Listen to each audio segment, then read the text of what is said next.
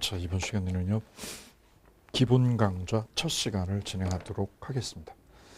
지난 시간까지 우리가 입문 과정에서 민법 총칙을 통해서 민법의 전체적인 개요나 그림에 대해서 이렇게 맛을 보셨다면 이제부터는요, 본강의 진행을 하도록 하겠습니다. 자, 책을 우선 기본서를 받으셔서 기본서에 기본서 책 한 권하고 그 다음에 부록으로 있는 그림 민법 이렇게 책 두 권을 받으셨을 텐데요. 예, 이 그림 민법은 민법 이해를 하기 위해서 도움을 주기 위해서 부록으로 따로 만든 책이 되겠습니다. 그래서 중간중간에 보시면 많이 도움이 되시는 부분도 있고 혹시 더 산만해서 복잡하게 느껴지는 것도 있을 거예요. 그럼 개인적으로 선별을 해서 도움되는 쪽은 보고 이렇게 산만하다 싶은 데는 버리시고 이렇게 해서 본인이 잘 활용을 하시면 유용하게 쓸 수가 있겠습니다. 자, 먼저 민법 책을 받으셨으니까 이 기본서 전체적인 골격을 한번 볼게요. 예, 대략 약 640페이지 정도로 구성이 되어져 있고요. 뒤에 조문이요, 민법 조문이 부록으로 또 한 권 또 들어 있습니다. 그래서 합치게 되면 대략 한 750페이지 정도로 구성이 되겠습니다. 민법을 보시게 되면 크게 네 영역으로 구성이 되어 있어요. 먼저 총칙 부분 1에서 160쪽, 두 번째 물권법 파트 160에서 410페이지까지, 세 번째는요 기약법이 410에서 530쪽까지, 그 다음 네 번째 민사특별법이 530에서 640페이지까지 총 4편으로 구성되어 있고요. 분량이 볼륨이 제일 방대한 데는 물권법이죠. 약 250페이지 가까이 되겠습니다. 예, 시험 문항수도 제일 많아요. 그래서 14문항 정도가 출제가 되고 있어요. 그 다음 많은 부분이 민법 총칙이네요. 10문항. 그 다음 계약법이요. 보시면 볼륨이 굉장히 슬림해요. 작아요. 얼마 되지 않아요. 근데 문항수는 많습니다. 똑같은 10문항이에요. 총칙하고 계약법이 10문항. 분량은 얼마 되지 않아요. 이거 두 개 묶어도요. 두 개 묶어도 물권법만큼밖에 되지 않아요. 그러니까 학습의 효율성을 잘 보시고 들어가시면 좋습니다. 마지막에 특별법이 약 100페이지 되는데 여기서 6문항 출제가 되어요. 토탈해서 40문항이죠. 개 40문항. 그 중에서 오늘 만나실 첫 부분은 민법 총칙 파트. 자, 이 부분부터 하나씩 만나보도록 하시겠습니다. 자, 첫 번째 민법 총칙의 첫 걸음에 민법 총칙의 큰 골격을 먼저 만나시는 게 중요한데요. 민법 총칙은 크게 이렇게요. 6개 봉우리로 이루어졌어요. 6개 봉우리. 첫 번째는 권리 변동에 관한 주제. 권리가 어떻게 생겨서 사라지는지, 권리 변동에 관한 주제. 두 번째 주제는 법률행위라는 주제. 각각 1문항, 한 문항씩 출제가 돼요. 참고로 이 부분은 2문항이 출제될 경우도 종종 있어요. 하나 내지 2개로 이렇게.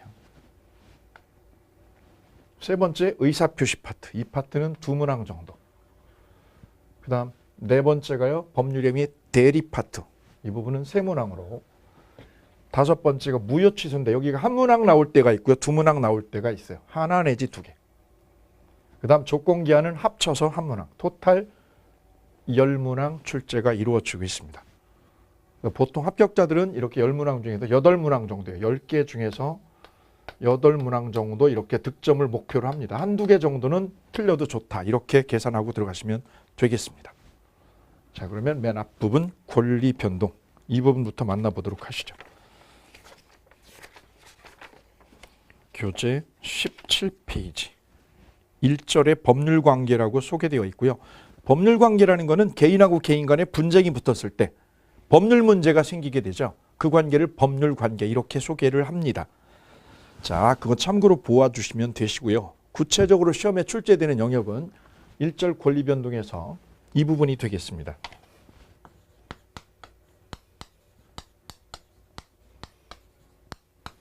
이 권리 변동 파트에서 출제되는 영역은 두 가지 영역이에요. 첫 번째는요, 권리 변동의 모습입니다. 모습. 이 부분이 출제 대상이 되고요. 두 번째는 권리 변동이 왜 일어나게 되느냐, 그 권리 변동의 원인에 대한 고찰, 원인 부분, 이 두 가지가 출제 대상이 되어요. 특히 권리 변동의 원인 중에서요. 권리 변동의 원인 중에서 법률 사실이라는 거 있어요. 법률 사실 부분. 이 법률 사실의 분류 부분, 이 부분이 출제 대상이 되겠습니다. 자, 이쪽은 굉장히 쉽게 출제가 되고 이 부분이 조금 내용이 있어요. 조금 까다로울 수 있어요. 이 부분 정리해 드릴게요. 자, 먼저 권리 변동의 의의부터 볼까요? 권리 변동이라는 거는 권리가 생겨서 어떤 권리가 생겨서 바뀌고 사라지는 과정. 그래서 권리 변동이다라고 할 때는 권리가 생기는 거, 변하는 거, 없어지는 거를 총칭해서 권리 변동이다 이렇게 붙여줬어요. 인문과 중에서 우리가 기본적인 베이스를 한번 쫙 깔아놓았기 때문에 그 베이스 위에다 이렇게 얹는 작업을 할 거예요. 살을 붙이고 좀 더 작업을 해나가는 과정. 그 과정을 할 거예요. 그 과정이 그래도 베이스 과정이 굉장히 큰 의미를 가져요. 그게 잘 자리 잡으면 위에 건물을 짓고 기둥 세우는 일이 굉장히 수월하고요. 예쁘게 자리를 잡습니다. 예쁘게. 이게 잘못 자리 잡으면 굉장히 터프하고 거칠어져요. 자, 집을 이렇게 지으면 집을 이렇게 지었다. 그래서 B가 분양을 받거나 매매 계약을 해서 소유권을 가져갔다.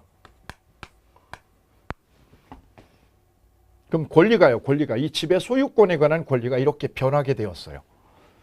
이때 권리를 최초로 얻은 거를 우리는 원시 취득이다 이렇게 소개를 했죠. 그럼 B는요. 자기가 지은 게 아니라 A가 취득한 건물의 소유권을 이전받았으니까 B를 승계 취득이다 이렇게 정리를 했어요. 따라서 원시 취득은 최초로 얻은 거고요. 승계 취득은 다른 사람을 통해서 넘겨받은 것, 이 권리를 우리는 승계 취득을 했다 이렇게 소개를 합니다.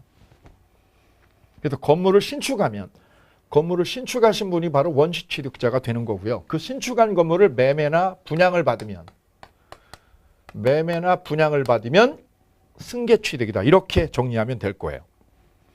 자, 여기서 시험 출제 대상이 되는 부분만 딱 집어내면 원시 취득의 모습에 원시 취득의 예에 속하는 것들이 무엇이 있느냐? 원시 취득의 예에 속하는 것이 무엇이냐? 이것이 출제 대상이에요. 시험 출제 대상이에요. 자, 그래서 책에 18페이지 한 장 넘기셔서 원시 취득 예가 나와 있어요. 그 예에다가 별표하시고요. 여기가 기출문제 이렇게 표시해 주시면 돼요. 기출문제. 앞으로 기출하면 이렇게 표시를 해두자고요. 약속으로.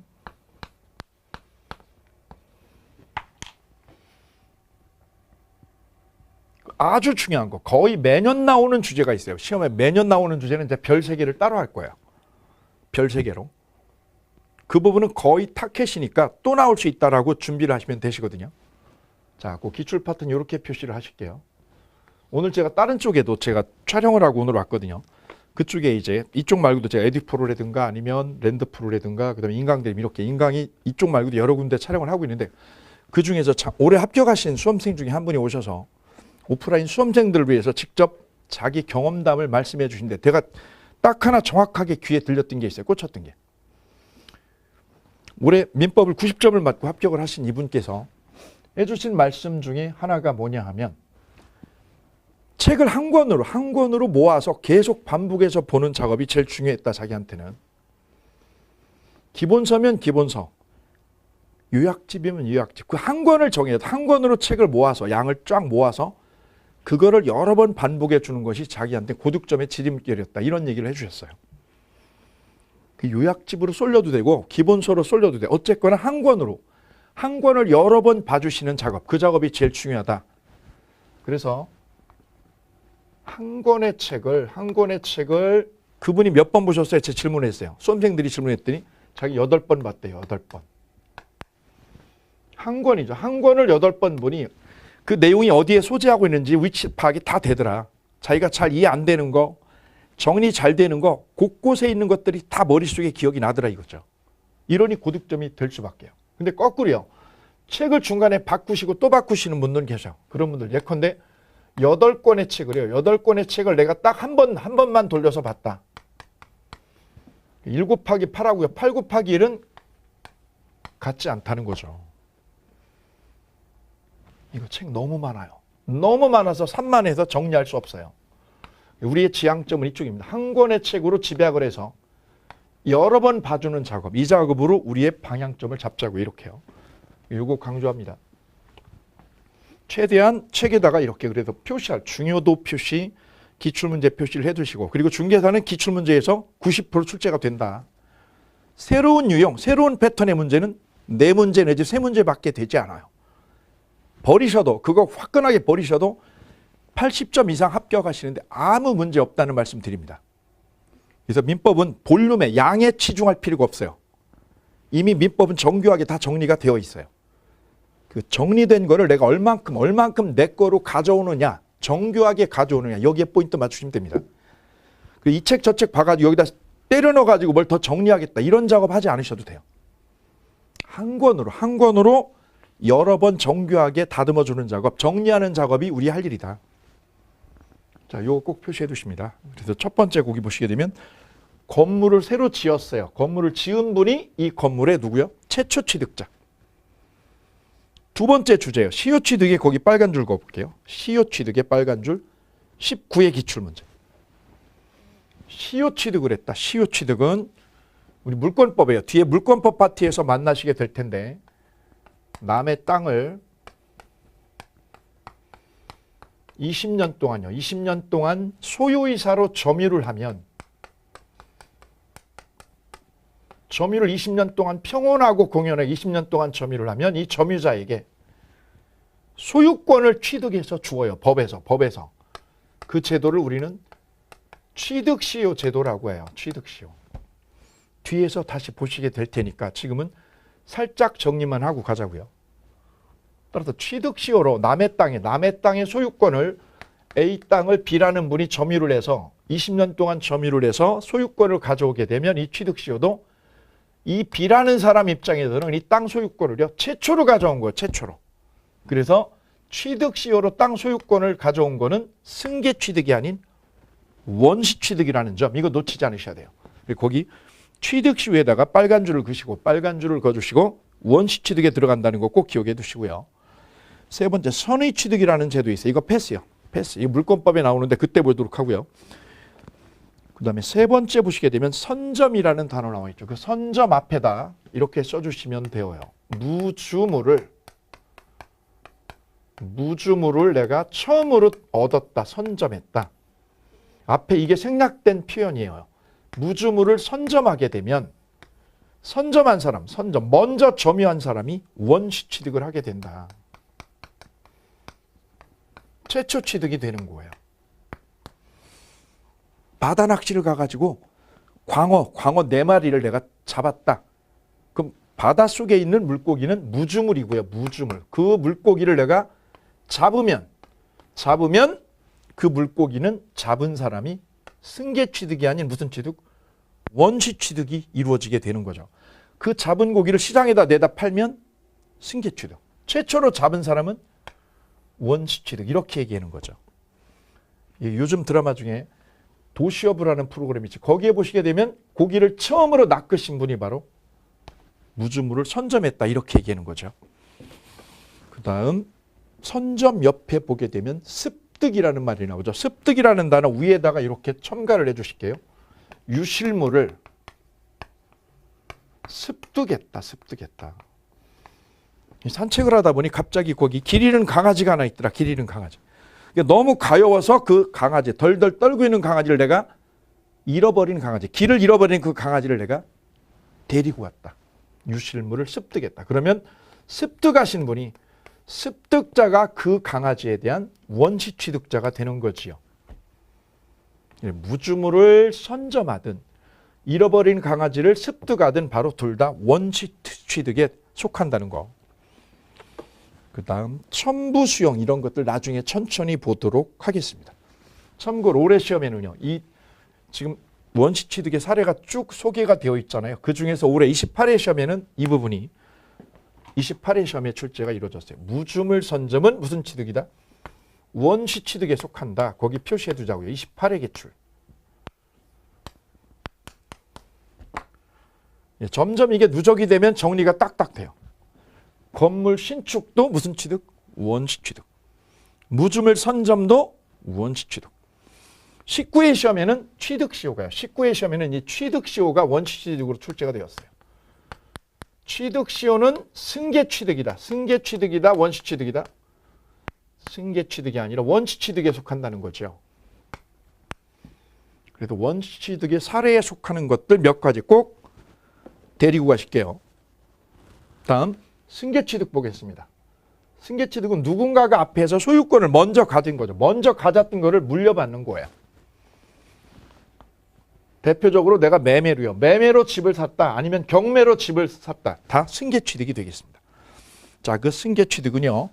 다시 두 가지로 쪼개져요. 이전적 승계와 설정적 승계로 쪼개지게 돼요. 이렇게 매매로요. 매매로 집을 가져오게 되면 A의 소유권을 B가 매매로 가져오면 소유권 일로 이전하죠. 이름하여 이를 무슨 승계요? 이전적 승계 이렇게 부르죠. 이전했다. 소유권 일로 넘어갔다. 근데 집을 파는 것이 아니라 이렇게요.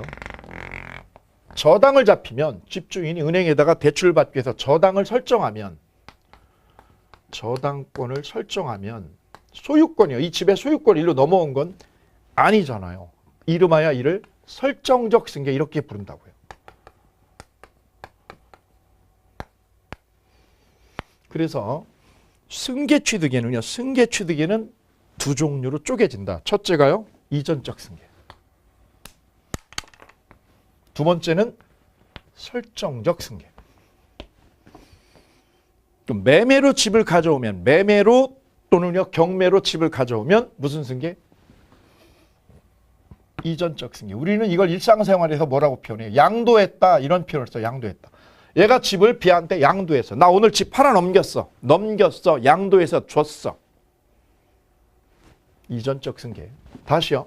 밑에는 집을 파는 게 아니라 은행에다가 저당을 설정만 해서 설정만. 이름하여 설정적 승계. 그럼 소유권이 넘어간 게 아니라 소유권이 이 주인한테 그냥 남아있죠. 이런 형태를 설정적 승계. 올해 시험 문제는 이렇게 출제가 돼 있어요. 표시해 두실게요. 밑에 거기다가. 28회 시험 문제. 28회 정답 지문은요. 소유자가 집의 소유자가 저당권을 설정하는 것. 저당권을 설정하는 것은 이전적 승계에 속한다. 이전적 승계에 해당된다. 맞는 거다, 틀리는 거다? 틀리는 거다. 올해 시험 정답이. 아주 비교적 간단하죠? 다시 이전적 승계는 두 가지로 또 나눠볼게요. 특정 승계와 포괄 승계 두 개로 나눠지겠습니다. 특정 승계와 포괄 승계의 차이는 특정 승계는요. 권리가 하나씩 넘어가는 거예요. A가 요 방을 요로 넘겨주면 요 방만 이 소유권 일로 넘어가게 되죠. 근데 포괄 승계는요. A가 갑자기 죽으면 여기 빌라 한 채에 방이 여기 집이요.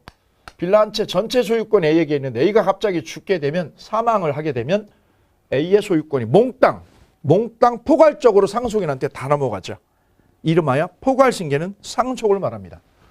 상속을 받으면 여기에 있는 소유권이 깡그리 다 넘어가. 깡그리. 이름하여 포괄 승계됐다. 이렇게 얘기를 해요.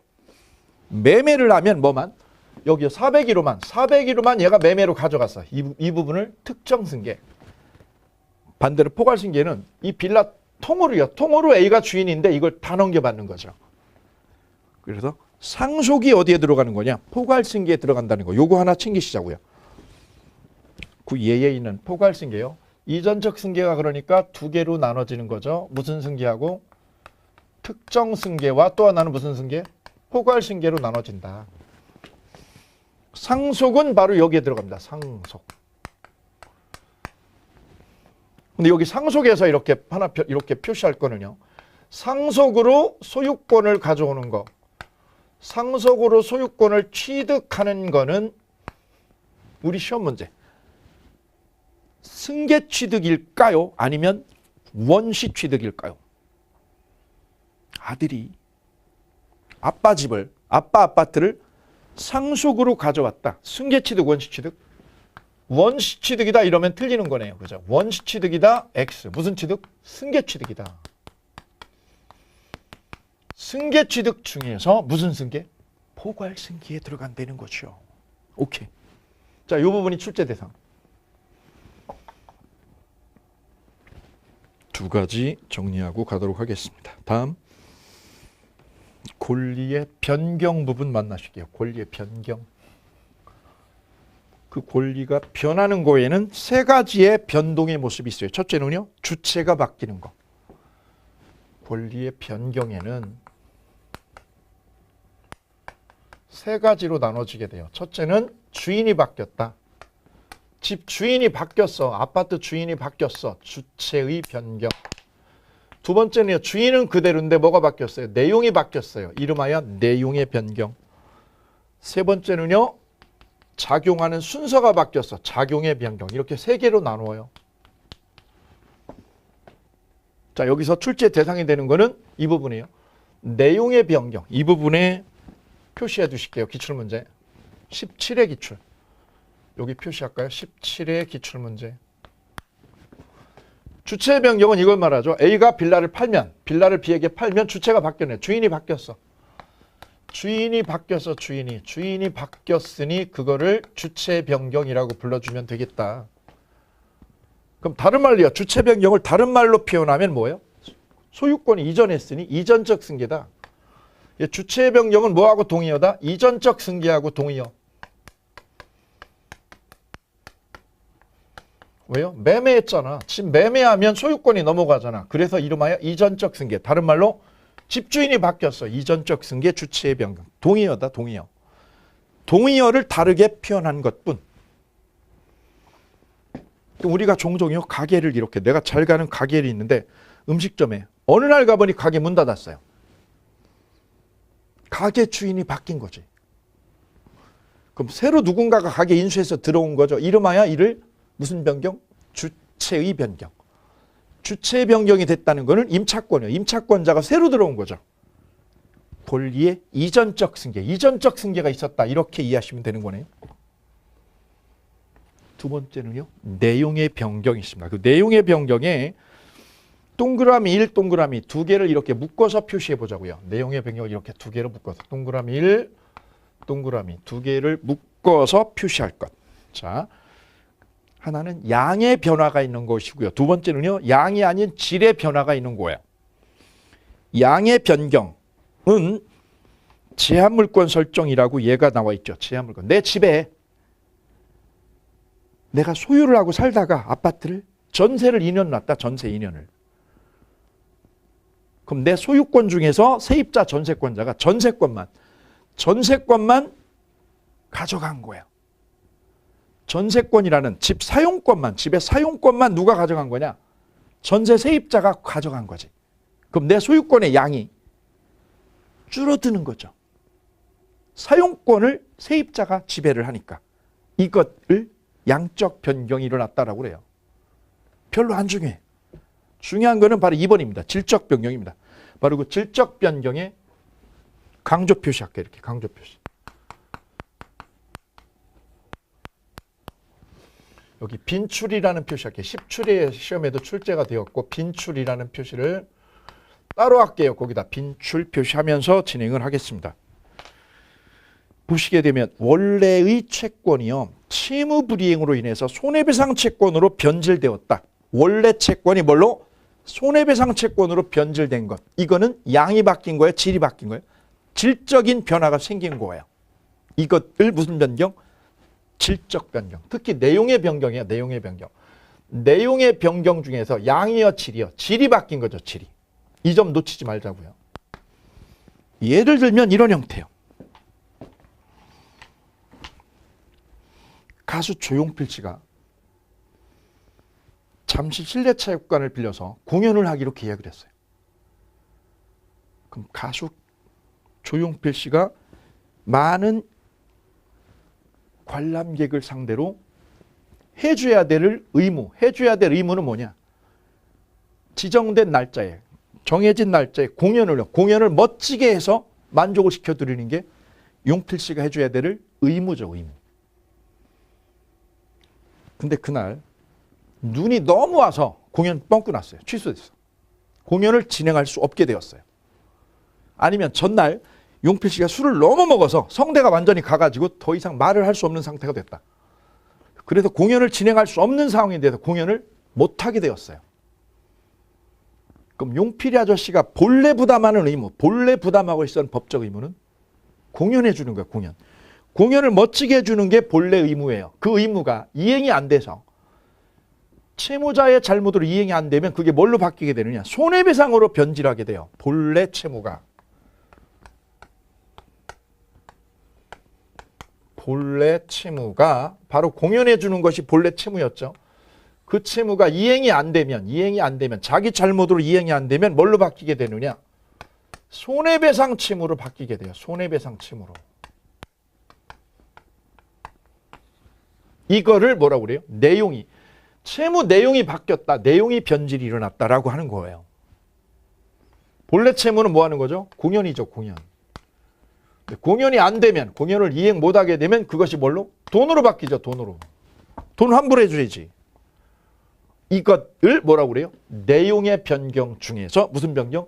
질적 변경이다. 이렇게 이해하시면 되겠습니다. 이 부분이 권리 변경 중에서 제일 출제가 빈번한 곳이에요. 내용의 변경 부분 놓치지 않으실까? 세 번째, 작용의 변경을 보실까요? 작용의 변경은 저당권의 순위가 승진해서 올라가는 것. 예컨대 아파트의 1번 저당권이 국민은행, 2번 저당권이 기업은행. 이렇게 있으면 1번 저당권이 없어지게 되면 채무 상환이 끝나면 1번 저당권은 사라지죠. 그럼 2순위 저당권인 기업은행이 몇 순위로? 1번으로 치고 올라가게 되죠. 즉 저당권은 그대로 똑같은 저당권이에요. 그런데 뭐만? 순위만 일로 올라가는 거죠. 이름하여 이를 작용의 변경이다 이렇게 얘기를 해요. 그래서 2번 저당권이요. 2번 저당권이 몇 번 저당권으로? 2번 저당권이 1순위 저당권으로 순위를 상진하는 것. 순위를 승진하는 것. 2번 저당권이 몇 번? 1번 저당권으로 바뀌는 것. 이것을 내용의 변경이라고 그런다. 라고 18회 시험에 출제가 있었어요. X. 2번 저당권이 1번 저당권으로 바뀌는 것은 내용의 변경이 아닌 작용의 변경에 속한다. 이 부분. 18회 기출. 그래서 이 부분이 제일 중요한 출제맥이에요. 내용의 변경을 정확하게 부셔버리자. 내용의 변경은 양하고 질로 나눠지는데 특히 중요한 부분이 질적 변경이었어요. 본래 채무가 뭐로 바뀌게 되는 거? 손해배상 채무로 바뀌는 것. 이것을 무슨 변경? 내용의 변경이라고 이해하자. 오케이, 끝. 세 번째, 권리의 소멸 파트 볼게요. 권리가 생겨서 변하고 변하다가 마지막에 소멸하게 돼요. 권리가 없어지게 되죠. 권리가 생기죠, 권리가. 그죠? 권리가 발생하고 변경하다가 사라지게 되죠. 이 세 가지를 몽땅 묶어서 우리는 뭐라고 불러요? 권리의 변동. 즉 변동이라는 개념 속에는 세 가지를 다 끌어안고 있는 거예요. 첫째요, 발생하는 것, 변경되는 것, 소멸하는 것. 이 세 가지를 포괄적으로 묶어서 뭐라고 표현하느냐? 권리의 변동이 있었다라고 하는 거죠. 이 과정을 우리는 민법 전체를 통틀어서 만나시게 될 거예요. 물권법에서, 계약법에서, 특별법에서 계속해서 이 과정을 탐구할 거예요. 자, 마지막 권리의 소멸입니다. A가 살고 있는 집을요, 매매로 팔아 넘기면, 드디어 오늘 집을 팔아서 얘한테 소유권 넘겨주게 되면 매수자는, 집을 산 사람은요, 소유권이 생기죠. 소유권이 생기니까 소유권 취득이 되죠. 소유권 취득. 반대로 집 넘긴 사람은요, 소유권을 가져요, 상실해요. 소유권을 상실하네. 따라서 상대적인 관점에 서게 돼요. 산 사람은 집이 생겼으니 좋아하고, 파는 사람은 자기 집을 날렸으니 슬퍼하고. 상대적인 거죠. 바로 매매로 집주인이 바뀌는 거, 상가 주인이 바뀌는 것을 뭐라고 그래, 이거를? 상대적 소멸이다. 상대적 소멸. 누가? 판 사람이 상대적으로 집 소유권을 잃었다. 그래서 무슨 소멸? 상대적 소멸. 이렇게 이해하시면 되는 거죠. 그럼 절대적 소멸은 뭘까요? 상가가 불나가지고 완전히 없어진 거. 그거를 절대적 소멸. 그럼 여기서 출제 타켓이 되는 거는 상대적 소멸이 출제 대상이 되는 거예요. 상대적 소멸은 언제 일어나는 거죠? 매매가 되면. 야, 집을 팔았어. 상가를 오늘 팔았어. 나 집 소유권 잃었어. 그래 기분 나빠. 이거를 무슨 소멸? 상대적 소멸이라고 이해하자. 그거 왜 생기는데? 아, 집 팔면 그런 일 생겨. 가게 팔면. 그러면 다르게 한번 생각해 볼까? 집을 매매로 팔아넘겼다? 그러면 권리 변경에서 보면 주인이 바뀐 거네. 주인이 A에서 누구로요? B로 바뀐 거네. 가게 주인이. 그래서 매매로 집주인이 이렇게 바뀌게 된 거를 매매로 바뀐 거야. 이거 매매로. 매매로 집주인이 이렇게 바뀌게 된 거를 우리는 그러면 다른 각도에서 보자. 권리 소멸에서 보면 이건 뭐예요? 상대적 소멸이 되는 거고, 권리 변경에서 보면 이 셋 중에 어디에 들어가는 거죠? 주체 변경이 들어가네. 주체 변경. 주체가 바뀐 거야. 뭐가 일어나면 매매로 집주인이 바뀌게 되면, 그럼 권리 발생 측면에서 보면 매매로 B가 가계 소유권을 가져가면 이건 뭐예요? 원시 취득인가요? 승계 취득인가요? 승계 취득이 되네요. 승계 취득 중에서 이전적 승계에 속한 거요? 설정적 승계에 속하는 거예요? 이전적 승계네요. 오케이. 그래서 매매로 이렇게요. 매매로 집주인이, 가게 주인이 바뀌는 거를 우리 민법에서는 이렇게 세 가지 관점으로 분석해 볼 수 있다. 정리 끝. 권리의 상대적 소멸이 생겼어요. 소멸했어요. 소멸. 반대로 주인이 바뀌었으니 주체의 변경이 생겼어요. 집주인이 이렇게 바뀌게 된 거. B 입장에서 보면 무슨 승계예요? 이전적 승계가 일어났다. 이렇게 매매를요. 매매로 소유권이 넘어간 거를 우리는 이렇게 정리하면 되겠다. 끝.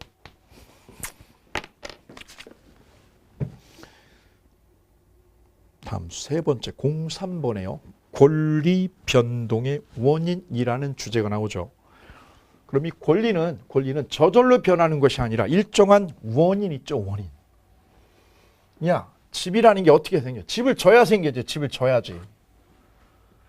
내가 집을 져야 내 집이 생기는 거지. 집 짓는 거 쉽냐? 어렵지. 집 짓는 게 얼마나 어려운데. 너 집 져봤어? 아니, 안 져봤어. 나 집 짓고 싶잖아. 왜? 너무 힘들어. 집을 짓는 거. 집을 뭐 하는 일? 신축하는 일.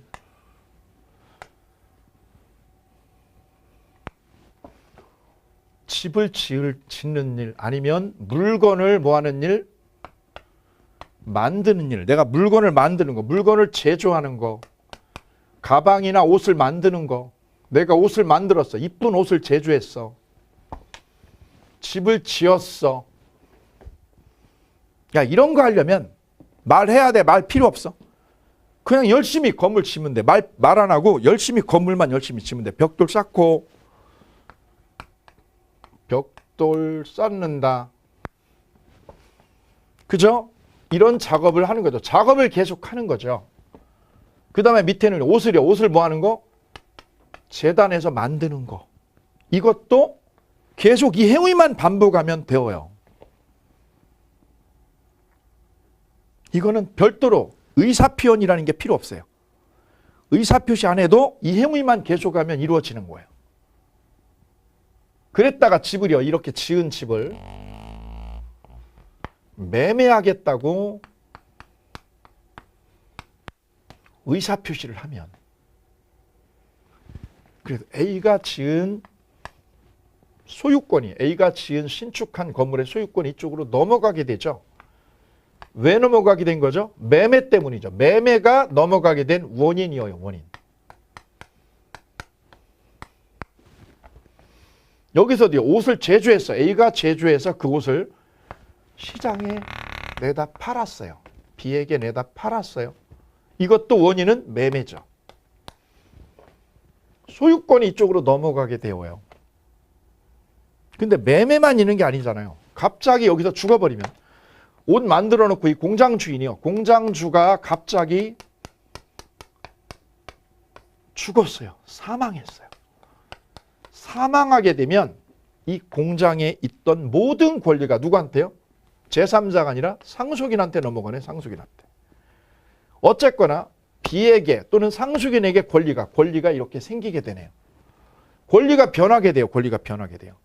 그 권리가 변하게 되는 원인, 권리가 변하게 되는 원인에는 두 가지가 있다는 거죠. 하나는 이렇게 매매라고 하는 뭐에 의해서 법률행위에 의해서 소유권이 이렇게 넘어가고, 밑에는 법률행위가 아니라 죽었어요. 공장 주인이 죽었어요. 그러면 법률의 규정에 의해서 자식이 재산을 몽땅 물려받게 되더라. 그래서 B나 상속인에게 권리가 생기더라 이렇게요. 권리가 발생했어요. 왜냐고? 이렇게. 이런 원인에 의해서. 그럼 A는요? A도 권리 얻은 거예요? 못 얻은 거예요? 얻은 거예요. 건물 어떻게 하면? 벽돌 싸가지고 열심히 지으면 A한테도 권리가 생겼죠. 여기도 옷을 열심히 만들었어요. 하루 18시간씩 열심히 일을 해가지고 옷을 만들었어요. 공장에서. 이때 말이 필요 없어요. 이거는 말이 필요 없는 거죠. 이거는 말을 해야 돼. 의사표시를. 이래도 권리가 생겼죠. 이거를 우리는 사실행위라고 그래요. 사실행위. 옷을 만드는 거, 가공이라고 그러죠. 옷을 이렇게 제조하는 거를 법학에서는 가공을 했다라고 표현해요. 가공을 해서 옷을 하나, 멋진 옷을 하나, 양복을 하나 만들었다? 그러면 공장 주인이 옷 주인이 되는 거죠. 권리가 생겼죠. 최초로. 여기도 마찬가지. 벽돌을 쌓아가지고 건물을 하나 지었다. 소유권이 하나 생겼죠. 권리가 생겼어요. 최초로 생겼어요. 이쪽에서는 최초로 생겼으니 원시취득. 매매로 가져갔으니 B는 무슨 취득? 승계취득이 됐죠. 어쨌거나 권리가 생기게 돼서 이렇게 권리가. 그 생기게 되는 원인을 우리는 두 가지로 고찰을 해볼 수 있겠다. 그 첫 번째가 되는 것이 바로 이 매매를 우리는 뭐라고 불러주면 좋겠다? 법률행위라고 불러주면 좋겠다는 거죠. 법률행위에 의해서 이 집의 소유권 일로 넘어가게 되었고요. 밑에는 이분이 팔겠다. 이 옷 팔겠다는 얘기 한 적 없죠. 그런데 사망이 있게 되면 법률의 규정에 의해서 이 공장에 있는 소유권이 자식한테 다 넘어가게 되더라. 그래서 권리 발생하게 되는 원인에는 크게 두 가지가 있습니다. 이렇게요. 법률 행위하고 또 하나는 법률의 규정 두 가지가 있더라. 그럼 이 두 개를 몽땅 묶어가지고요. 이렇게 두 개로 말하지 말고 하나로 말하면 어떻게 할까? 하나로 말하면 야, 권리가 생겼어. 권리가 생겼잖아. 이렇게 생겼잖아. 법률의 행위. 하나는 계약으로 생겼고 밑에는 법률의 규정으로 생겼어. 그럼 이렇게 두 개로 말하지 말고 이 두 개를 하나로 말해볼까? 하나로 말하면 뭐라고 표현하느냐? 법률 요건이라고 표현하자.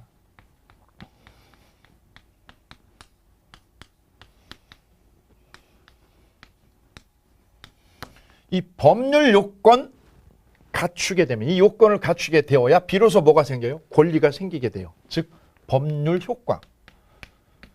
법률의 효과로서 뭐가 생기게 돼요? 권리가 이렇게 생기게 되어요. 정리하면 아주 간단한 거예요. 나 집 매매로 샀다. 그래 오늘 집 생겼거든. 왜 생겼어? 매매로 생겼지.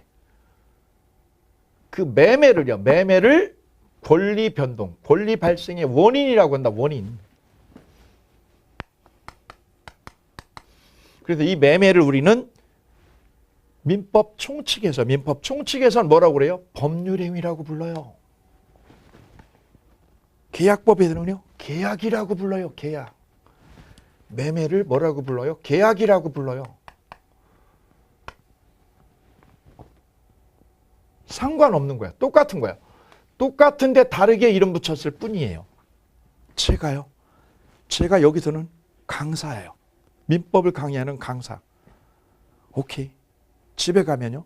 설거지하는 사람이에요. 동일한 인간이에요. 하는 일에 따라서 거기다 이름을 붙인 것 뿐이죠. 그래서 매매 계약이래요. 매매라는 거를 우리는 계약법에서는 계약이라고 부르고요. 총칙에서는 뭐라고 부르고요? 계약이라고 부르지 않아요. 뭐라고 불러요? 법률행위라고 불러요. 같은 거야. 그랬더니 저 위에서 나는 그럼 뭐라고 그래? 법률요건이라고 불러도 돼요. 이 매매계약이 이렇게 다의적으로 써요. 다의적으로.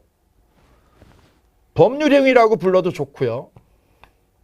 계약이라고 불러도 좋고요.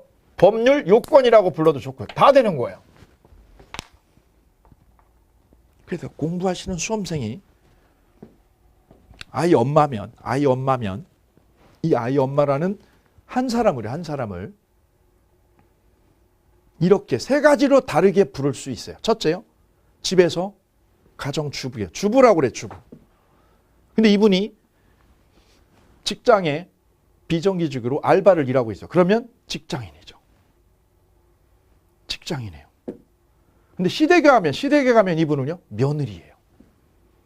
똑같은 사람을 몇 가지로? 세 가지로 다의적으로 이름 붙였을 뿐이에요. 그리고 앞으로는 매매 계약을, 매매라는 거를요, 이렇게 불러도 좋다고요. 법률행위라고 불러도 좋고, 법률요건이라고 불러도 좋고, 아니면 뭐라고요? 계약이라고 불러도 좋다는 거죠. 아무거나 섞었어도 아무런 하등의 문제가 없어요. 다만 이제 여기서 학문적으로 우리는 이렇게 이해하셔도 좋아요. 요거는 몰라도 상관없어요. 독일 애들이 이걸 이론 구성하기 이렇게 이론 구성했다는 거죠. 법률요건이라는 큰 개념 안에는 두 가지가 있더라는 거지. 하나는 뭐예요? 법률행위. 또 하나는 법률의 규정. 두 가지가 있다는 거지, 이렇게요. 이 두 가지를 묶어가지고 붙여준 이름. 그 이름하야 뭐라고요? 법률요건이라고 한다. 오케이. 이게 갖춰줘야 뭐가 생겨요? 효과로요. 법률 효과로 이렇게 권리가 생기게 됩니다. 오케이. 이 부분. 그래서 권리가 촉발되는 원인에는 법률 요건이라는 게 자리를 하고, 그 법률 요건이라는 자리 속에는 투 타입이 있다. 투 타입. 원 타입이 법률행위, 투 타입이 법률 규정. 이렇게 있더라. 그런데 이렇게 매매 계약만으로 권리가 생기냐고? 아니라고. 이거 매매로, B한테는 매매로 생겼지만 A한테는 뭘만?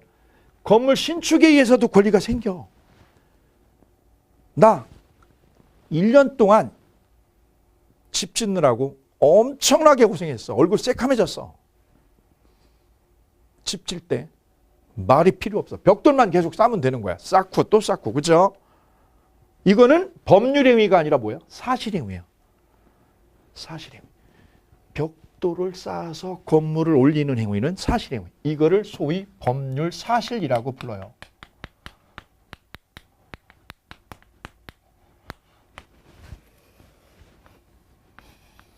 대체로는요, 일반적으로 권리가 발생하는 거를 우리는 법률요건이라고 하는데, 이렇게 계약이요, 계약.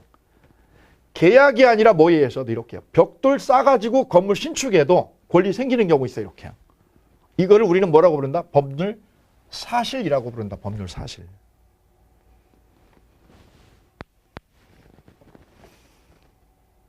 나는 옷을 만들었어. 밤새도록 잠 안 자고 옷을 하나 만들었어.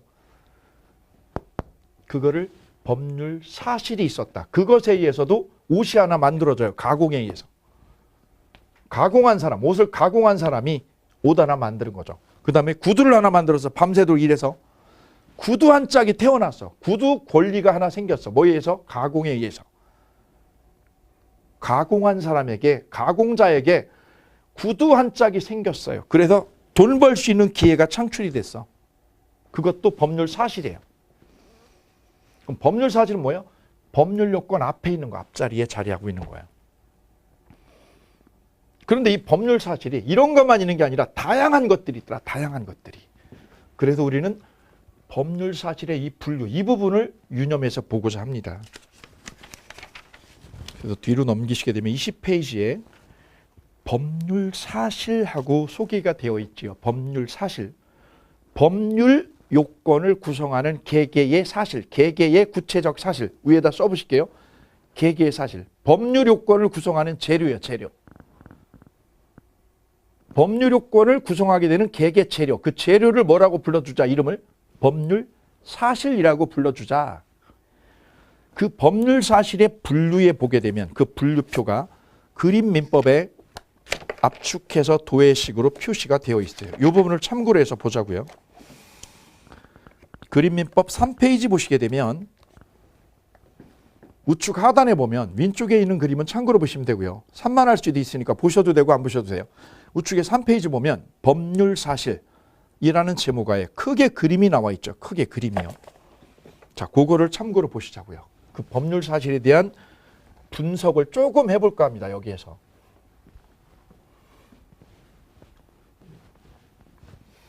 법률사실의 제목을요. 제목을 이렇게 넣어주자고요. 분류. 법률사실의 분류하고 여기다 체킹할게요. 24회 시험에서도 출제가 있었고요. 그 다음에 28회 시험에서도 출제가 있었어요. 기출이죠. 이렇게 표시하겠습니다. 그러니까 매년 나오지 않아요. 적어도 몇 년? 4년에 한 번 정도 출제가 되고 있어요. 4년에 한 번 정도. 매년 나오는 주제는 아니다. 자, 그 법률 사실은 이렇게 분류가 이루어지고 있습니다. 첫 번째는요. 용태 그리고 사건. 이렇게 나누어져요. 용태와 사건으로 나누어져요. 용태라는 것은 본인의 정신작용, 내 정신작용이 관여해서 일어난 거를 말하는 거예요. 내 정신이 뭐한 거? 관여한 거. 내 정신이나 의지가 관여해서 일어나면 그거를 용태라고 붙여주자. 내가 집을 살려고 지금 3일째 발품을 팔고 돌아다니고 있어요. 그거는 내 정신이 관여한 거야. 그거를 용태라고 그래요. 근데 시계바늘이 그냥 흘러가는 거, 내 시간이 흘러가는 거, 시간이 하루하루 흘러가는 거, 이거는 내 정신의 관여가 없어도 일어나는 거죠. 내 정신의 관여가 없어도 일어나는 거를 우리는 뭐라고 표현하자? 사건이라고 붙여주자. 대표적으로 시간이 흘러가는 거.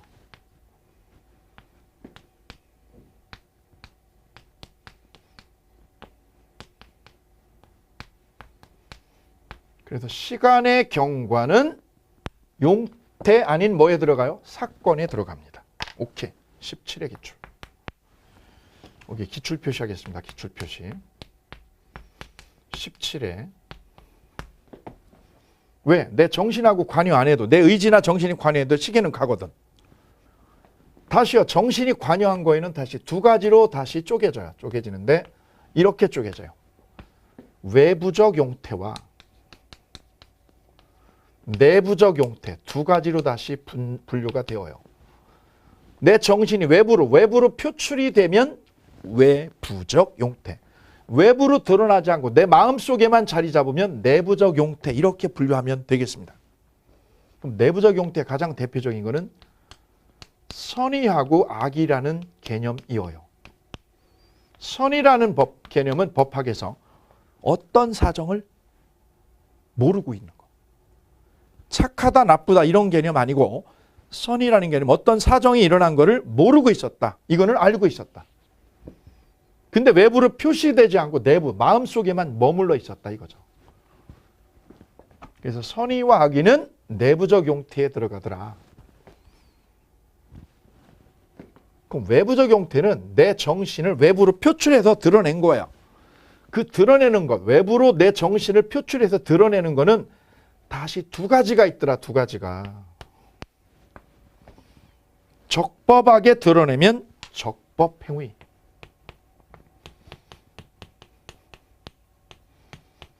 즉 적법 행위는 법질서 안에 들어간 거죠. 법질서 안에 들어가도록 외부로 표출하면 적법 행위. 법질서 경계를 넘어서면 위법 행위.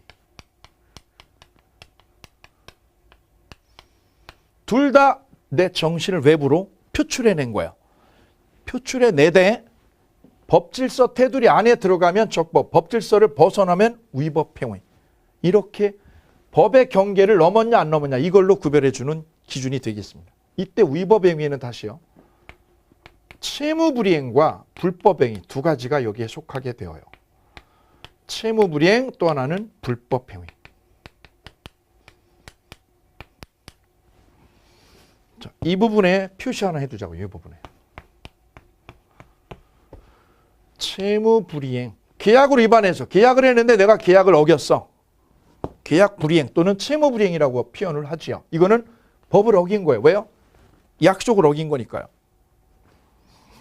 두 번째는요, 불법을 저질렀어요. 둘 다 법 질서를 어긴 거예요. 외부로 드러내는데 법 질서를 어기면서 드러낸 거예요. 그래서 외부적 용태는 두 개로 다시 분류가 되어진다고 그랬어요. 적법행위냐, 위법행위냐. 다시 적법행위는 다시 두 개로 쪼개져요. 의사표시가 요소로 이루어진 것들. 의사표시를 뭘로 하는 거? 요소로 하는 거냐? 의사표시가 요소가 아닌 거. 의사표시가 요소가 아닌 거. 두 개로 여기서 쪼개져요. 이 부분이 굉장히 중요한 테마가 되겠습니다. 의사표시를 요소로 하는 거. 예컨대 계약을 취소시키는 것. 계약을 했다가 취소하는 거. 이거는 의사표시를 요소로 한 거예요. 근데 의사표시를 요소로 하지 않는 거 있어요. 의사표시를 요소로 하지 않는 것, 이것을 우리는 뭐라고 표현하냐? 준법률행위라는 개념을 여기서 새로 만들어냈어요. 법률행위가 아니어요. 법률행위가 아니라 뭐예요? 준법률행위. 이렇게 이름 붙였어요. 왜 준자를 썼느냐? 법률행위라는 거는 이렇게 의사표시를 데리고 가야 돼요. 의사표시를. 나 지금 매매했다? 그거 의사표시 해야지 매매가 되죠. 법률행위예요. 의사표시를 요소로 깔고 들어가면. 근데 이거하고 구별하려니까, 이거를 하고 구별하려니까 준자를 넣어줬어요. 그래서 이 준법률행위의 특징은 의사표시를 요소로 하지 않는 것들이에요. 의사표시 안 해도 되는 거예요. 대표적으로 의사의 통지가 여기에 들어가요. 의사의 통지와 관념의 통지. 이 두 가지가 준법률행위를 대표하고 있습니다. 자, 여기까지 와주시는 게 오늘 학습의 난제 중에 난제입니다. 여기까지 끌고 들어가서 정리해 주시는 것. 자, 그럼 여기를 빼고요. 여기를 빼고 한번 볼게요. 여기를 빼고 보면 여기까지는 갈 수 있어요. 자, 여기까지 들어가 볼까요? 이 앞부분까지요. 내가 중국집에 짜장면을 주문하는 거. 짜장면이 땡겨. 주말만 되면 땡겨. 전화를 띠리링해서 우리 집으로 짜장면 2개 그리고 탕수육 하나를 중국집에 주문을 넣었다. 그러면 주문을 넣은 거는 내 정신이 관여해서 일어난 거예요? 관여 안 한 거예요? 관여했죠. 관여해서 일어난 거니까 사건이 아닌 뭐에 들어가요? 용태에 들어가네요. 짜장면을 주문한 거는 외부적으로 표시가 된 거니 외부적 용태, 여기에 속하겠다. 이때 짜장면을 시키는 거는 위법이요, 적법이요? 그 적법이지. 적법행위를 한 거예요. 내가 짜장면을 주문한 게 바로 적법행위를 한 거예요. 그 중에서 짜장면을 주문한 거는 의사표시를 요소로 해야 되는 거, 요소로 안 하는 거. 요소로 하는 거죠. 그래서 짜장면을 주문한 거를 우리는 이렇게 표현하는 거예요. 별것도 아닌 것이.